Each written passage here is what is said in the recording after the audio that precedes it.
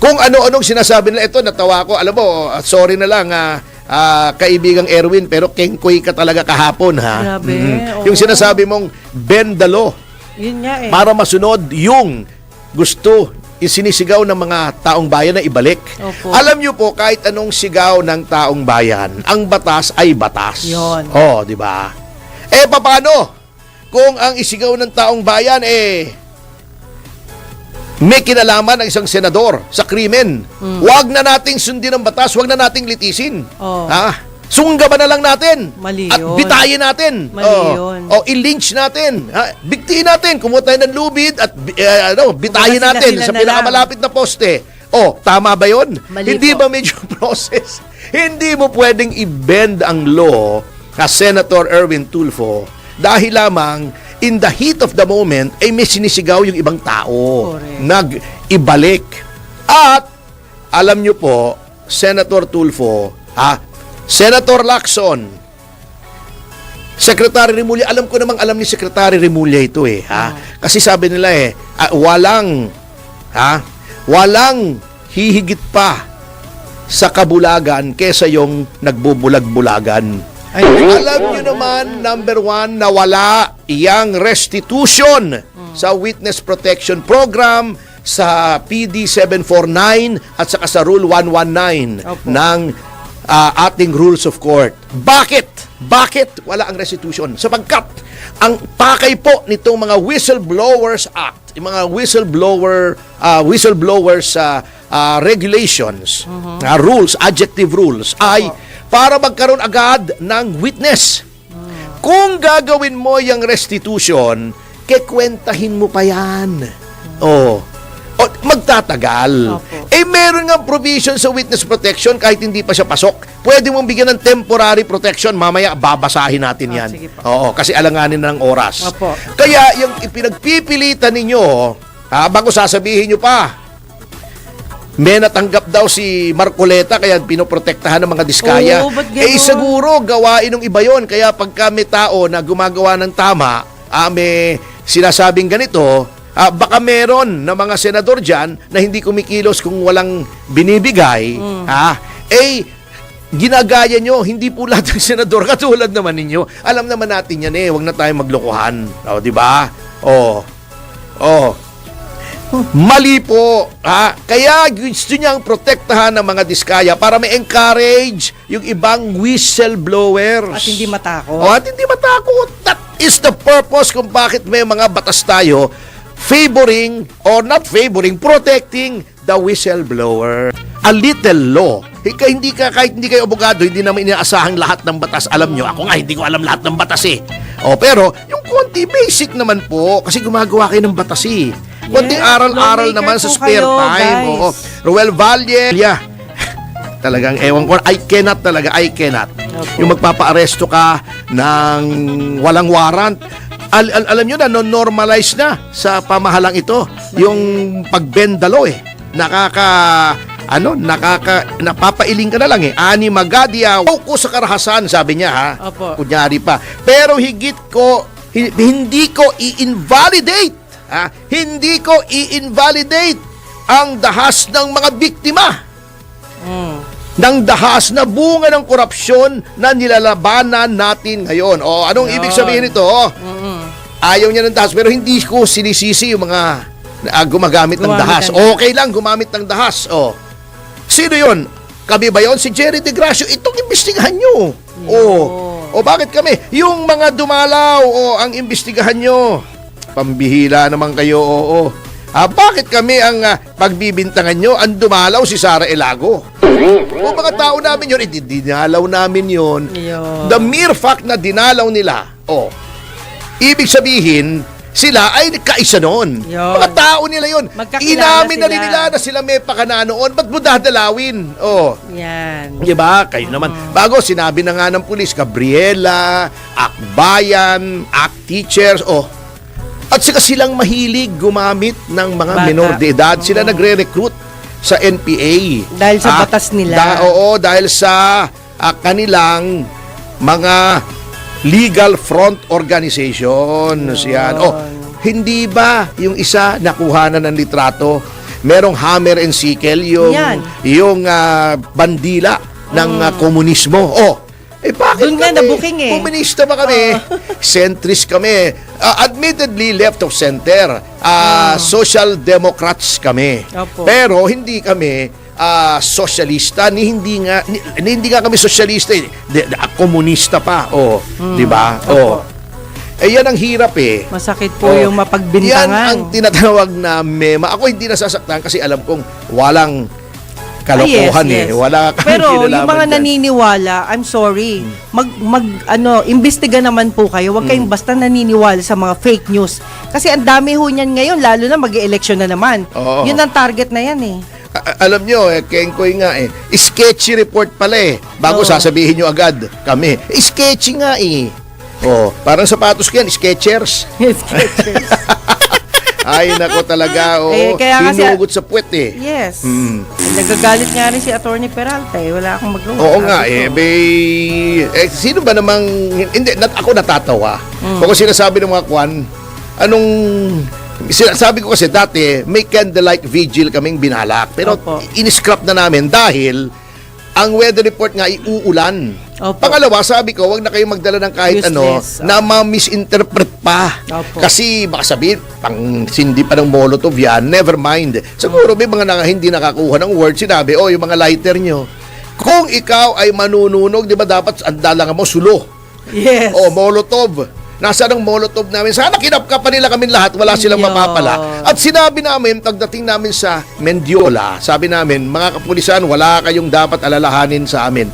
Sabi ko kay General Aberin, ayan, nandyan siya para Opo. patutuhanan ako. Sir, programa lang kami, 5 minuto, then organized dispersal na kami. Ayun. Pagkatapos, kumana na kami, kung nakarap pa sa Malacanang, di makanan itong Opo, Mendiola, opo. papuntang National Teachers College. Yes. Nagpahinga lang ako doon sa isang coffee shop kasi basang-basa yung t-shirt ko damit talaga. nyo. Hindi dahil sa hindi dahil na water cannon kami sa pawis. Oo. Sino ba namang hindi papawisan? 2.8 kilometers yun, from Liwasan to Mendiola. Ang ginawa ko ng dilihensya ako ng paper towel, ginanon-ganon ko lang yung t-shirt ko. Then kami, si Bong, yung sasakyan ko hindi makapasok nandun sa Nicanor Reyes. Nag-tricycle kami. Talaga. Yung tricycle na gawa ng Opo. Bombay, ng Indians. Nag-tricycle kami papunta roon. Yun ang pangyayari. Well, totoo yan, Atty. Ako naniniwala naman ako eh. Tsaka ba't mo sisiraan yung pangalan mo sa ganyang bagay lang? Oo nga, ako abogado ko, ha. Kaya po.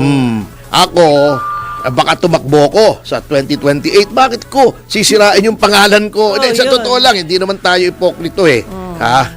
Bakit ko sisirain yung pangalan ko? Ma-involve ako sa dahas? Yun. Walang ganun po. Kami sa PDP Laban at yung circular ni Acting Chairman Alcusi ay very clear po, very clear.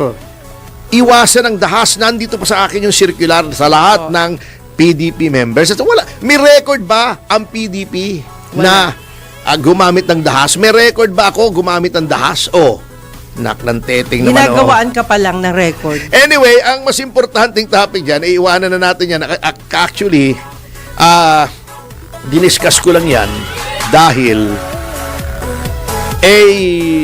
nakakatuwa lousy talaga tong ating pamahalaan. Parang ito, alam nyo, napakahilig mag-shortcut ng ating administrasyon. Not only yung mga nasa administrasyon, kundi pati rin yung mga kaalyado nito.